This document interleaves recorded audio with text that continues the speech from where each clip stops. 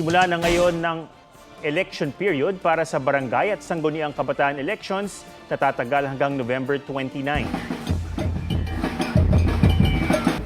Sa Makati, malapiesta ang ceremonial kickoff. Sa Maynila, maagang nag-cut off dahil sa dami ng naghain ng Certificate of Candidacy. Isang kandidato sana sa SK na overage na ang kakasuhan dahil peke ang isinumiting birth certificate. Sa Taguig, nagkalituhan sa mga Embo Barangay dahil ang precinct number noong bahagi pa sila ng Makati ay pareho sa ilang presinto sa Taguig.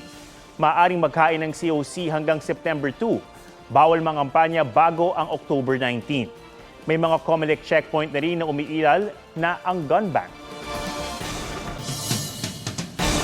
Sa Libon, Albay, kinumpirma ng COMELEC na namatay sa pamamaril ng isang kapitan ng barangay na naghain ng COC kanina.